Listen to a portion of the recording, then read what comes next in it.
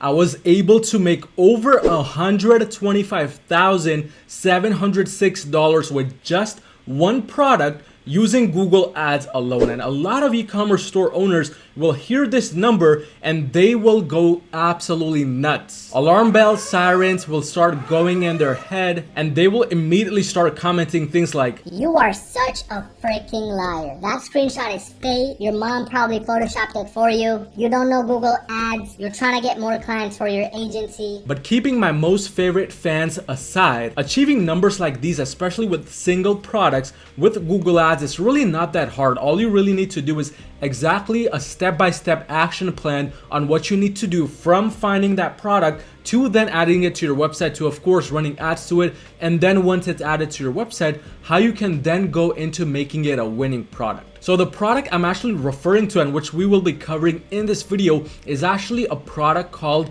a chainsaw sawmill. Now pause this video really quick and let me know down in the comment section what your thoughts are about a product like this. You can think of things like it's a very simple product, very boring product, anything you would really want to say. Just let me know down in the comments and I'll be responding to every single comment. But me personally, when I found this product, which was of course on Amazon, by the way. So what I was doing initially, and I'll open an incognito window, is I was on Amazon and I was in one of their special sections. So if we go on over to Amazon, and of course I recommend you do product research in an incognito window because it does lead you to amazing discoveries like this product right here. I was in the today's deal section, just scrolling through, minding my own business, trying to find out the next 7-figure winning product which could help me buy that Lambo that I always dreamed of. And I came across that product right over here within this section. It was just glistening to me like a piece of glass in sunlight, and I was just dazed looking at it. You know, it was so beautiful. Joking aside, it was a very bland product. In fact,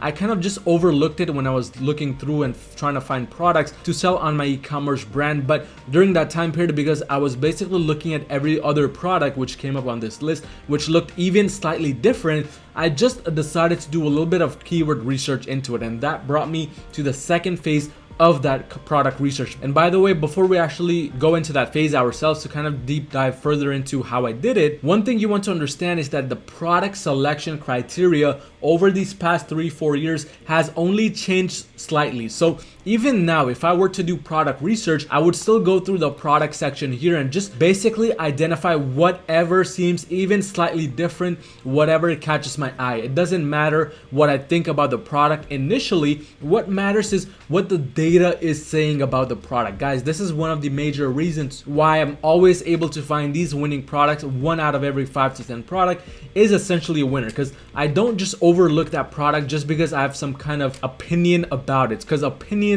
don't mean anything. A lot of the products which you think might not actually sell end up being 6, 7, 8-figure winning products, like this chainsaw sawmill was for me. So if I were doing research again, I would maybe look at this product right here without really going too in depth into what the product is, because it looks a bit different, it looks cool. I would also look into this product right here, just again anything that looks even slightly different. So I would just scroll through, maybe this one right here. Again, it doesn't matter to me that it's like a product which maybe a billion other people already are selling. All I'm really looking into is whether that product really captures my attention or not, and that's essentially the only 3 products I would look into. And then I would do a bit of deeper research, find out the main keywords, etc, etc. I'm not gonna go too in depth into this because I have a gazillion videos on product research, but essentially that's what I was doing when I was kind of finding products, doing product research during that time period when I found this chainsaw sawmill. And by the way, looking at the stats here, I forgot to kind of mention it within my e-commerce brand. This is one of the variations of that product which did $80,000, and the next variation is this one right here. So if we check, it did about $36,000, and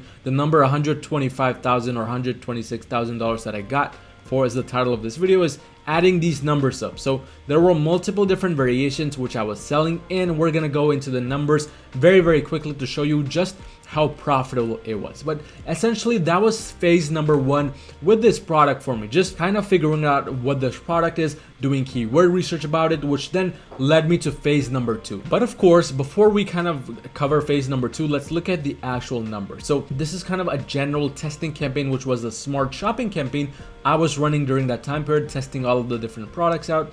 And we can see this third product right here, which spent the third most amount of money, just about $5,000. Again, this is only one campaign where I was selling it. There's multiple other campaigns where I was trying to scale, all of that good stuff. Right now it says a ROAS of 3.39, but overall very profitable. So conversion value itself, it just says 17,000, again not fully accurate here, but looking at all of the metrics, it was very profitable. So I was getting a cost per conversion of $36. And let me give you a bit of statistics. I was selling variations related to this product anywhere between $150 all the way up to $200, and the break-even ROAS was like a 1.7 to a 1.8x, just because again I had big profit margins. That's exactly why I recommend that you look into having bigger profit margins, because in 2022 and onwards, low profit margins, trust me, is just not going to cut it. So that was one of the variations. Moving on now to the next variation, which was of this product, if I can actually find it. So let me just look a little bit deeper into all of these. So it was this variation right here. This was the more expensive variation, $189 at a ROAS of 3.96, spent about 2.8k in total sales. And again, there's more variation down the line as you go further and further. If we go in and just kind of filter out all of the products just based around those, we can see all of them in action. So there's here within this account only 2, but like I said, there were other campaigns running. But that was the first phase of kind of making this product winner. First, it was just adding the product the right way to my store, and then once I added it, I had to figure out my numbers. So as I knew, my profits were about $50, $60, $80 even for this product, very good, and that brought me to the third phase, which was just testing. So as you can see, there was only one general testing campaign, which was a smart shopping campaign at that time. I just put all those 2 products in there and also the other variations, which are now no longer visible because this campaign has been shut off and this product shut off for quite some time now. But all I did is just let it sit in the smart shopping campaign and not do anything else, because I knew if this product was a winning product, if I did everything correctly in the back end, eventually when the time was right, when Google noticed my product listings, it would start selling. It would just go on this big rampage, and that's exactly what started to happen. If we look at what was going on during that time period, it just kind of took off during this time period. Third quarter, second quarter end is when things kind of took off for the better, and it basically kept going for 3 different quarters until, of course, those pesky dropshippers, those pesky e-commerce store owners who don't know better than just to copy other people started to enter the market. So if you look at some of these other brands right here, it's exactly the kind of layout that I used to have. This brand right here is directly copying me, and this one right here as well. So a lot of copycats came in. They started to sell it for a much lower price. As you can see, this variation I used to sell it for $197. These pesky dropshippers are selling it for $170. So those are just 3 that you see here, but if you look through this section, you'll see much more dropshippers now just copying me. And of course, it's no longer really a winning product, because I basically milked out as much revenue, as much profits as possible until these people started to come in and kind of just take out all of the profits from the market and just start price wars. Like this guy right here selling it for $79. And you know, I've thought of hiring hackers to really find out where these guys live so I can send them very special gifts. But of course, that's just the nature of e-commerce. Unfortunately, you just have to kind of go with the flow. But during that time period, again, that's how I was testing it. And once I realized that this was actually a winning product and I was actually onto something, that's when I started to focus more and more on it. Here are several things that I started to do. Number 1, I started to source more and more products which were similar to these winning products. So I went on different websites and I tried to just figure out if I could find anything out there which kind of mimicked this product, which was a very similar layout, style, design, texture, etc. And to my surprise, I found a lot more, so I was able to scale that way. But also, number 2, I kind of started to fast broaden my horizon. So instead of just focusing on Google and shopping, I started to launch more search campaigns for this, and I had a lot of good data because I had all their campaigns, also standard shopping, where I was trying to scale this via single product ad group campaigns, and a lot of data with keywords was there. So I just launched search campaigns with single product ad groups for those keywords, and I launched Facebook ads campaign. So we're gonna go inside my Facebook ads account really quick to show you what I was doing, because during that time I was also running Facebook ads campaigns. Again, the results were very different, but these 2 campaigns right here, I was running with Facebook ads for that given product, which I have chosen on my screen. If we look at the overall cost, this one spent $11,000, and the second one right here, which is specifically this one, spent about $1,000, not too much, so 12 grand in total for, again, a lot of sales. Really, we can't be sure that this is correct, because this was when iOS 14 updates, all of those crazy things were happening. But looking at the cost per purchase, this was on the profitable side, because from Facebook, apparently a lot of people were kind of using those upsells, downsells, all of that stuff. So during this time period, things were looking good for this brand, especially with Facebook. Again, combining that with retargeting, we were doing very, very well as well with Facebook ads. And this was something that I still trying during this time period, and also something I recommend you try.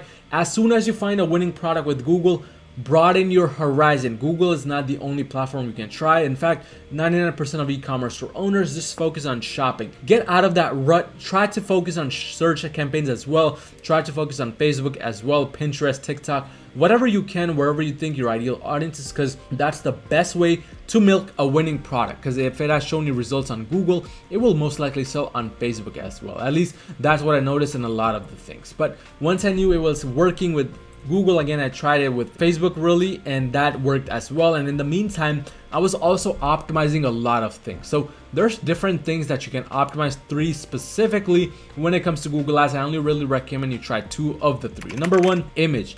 You can optimize, and you should optimize the image only, of course, if it's not really getting you the desired results, or if the CTR is below 1, or if it's not already blown up and getting you a ton of sales. So if it's already working, I don't recommend you go in and you try it, because I can pretty much make a whole new video about how many nights I cried myself to sleep because I changed something such as the image or the pricing of a product which was already working, and that thing just stopped working overnight.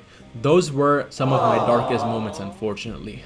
But again, just don't really touch something that is already showing you results, that is working. But if it's not getting you the results you want, if it's less than 1% CTR, start with the image, then move on to maybe the titles. Make sure it's relevant. Like for example, this title, very unprofessional. Everything is not capitalized properly. The first letter should be capitalized. This brand 100,000% is a dropshipping brand with the e-commerce store owners who doesn't watch my YouTube videos. I mean, come on. Why would you make a title like this, which is an exact duplicate of what I used to have back in the day, and make it not correct? As you can see, just making these YouTube videos, looking at these people kind of riles me up. But that's just, again, the nature of dropshipping, just the nature of e-commerce. But keep on optimizing things in the back end, improving your titles, images specifically, also descriptions. I recommend that you play around more with your description, make sure it's relevant, because with description, even a small change won't really make that big of a difference, because again, it's the description, not the most important thing. But I still recommend playing around with description, because that can make a big impact. And then scaling, again,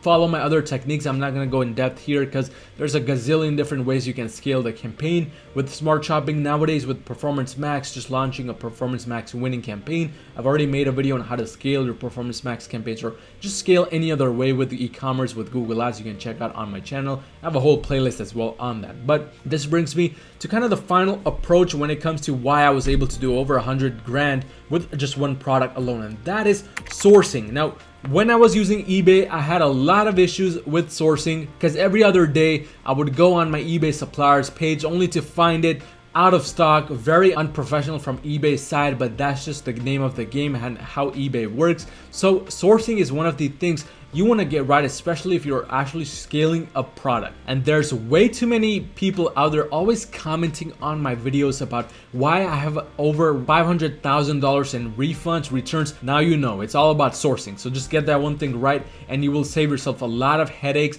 and a lot of hassle, because you won't need to refund because it's out of stock. But getting these things right, number one, testing properly, then finding it that it actually is a winner, and then in the meantime also optimizing the back end, the front end, not just the campaign side, but again, actual product level side, and then scaling once it was actually working, everything was working properly with Google, with Facebook, trying to find different ways to scale, and then making sure the sourcing was right. These things alone were kind of what I did to do this much with a single product. But it didn't end there, because then what I was really focusing on during this time was improving my landing page. And again, landing page is one of the most important things you can get right with Google Ads, because Google Ads runs off of something called the quality score. And besides being something that is hard to say all at once, it's a score which just kind of determines how you do compared to your competitors. So if you have a 10 out of 10 quality score, you are doing amazingly well. Good on you. You're probably number 1 to number 5. If you have a 0 quality score, why are you even running Google Ads? So you want to kind of figure out how you're ranking based off of your competitors, and it's very easy to tell what your quality score is.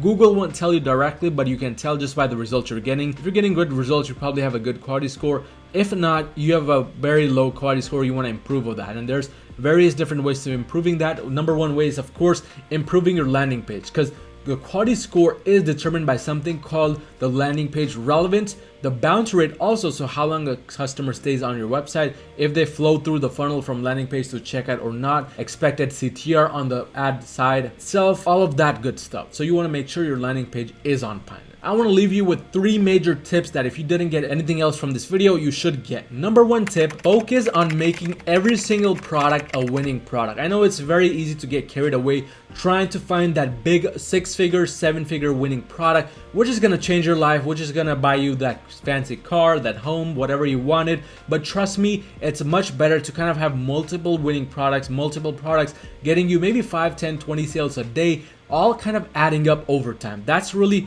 one of the best ways to go. So of course, focus on making every product a winning product. I've already released a video on that, which you can check out on my channel, on how to make every product a winning product. Now, but number 2 major tip is to utilize multiple different scaling sources. So once you find a winning product, do whatever you can on whatever different advertising platform to milk it out as much as possible. If you're already getting data from one platform for that given product, it's very easy to just use that data, that customer list, to then scale on other platforms. So a lot of people are actually not using this. So if you're an e-commerce store owner already scaling, make sure to find other ways to scale, especially already using the data which you already have. And number 3, focus on the back end. Don't get carried away just focusing on the ad side, launching campaign after campaign, because you're gonna exhaust those ad copies. You're gonna exhaust that Google Ads listing for that shopping ad or that search ad that you have. So you want to make sure you're also focusing on the back end, make sure everything is flowing well, everything is properly set up as much as possible, 99.9% of the time,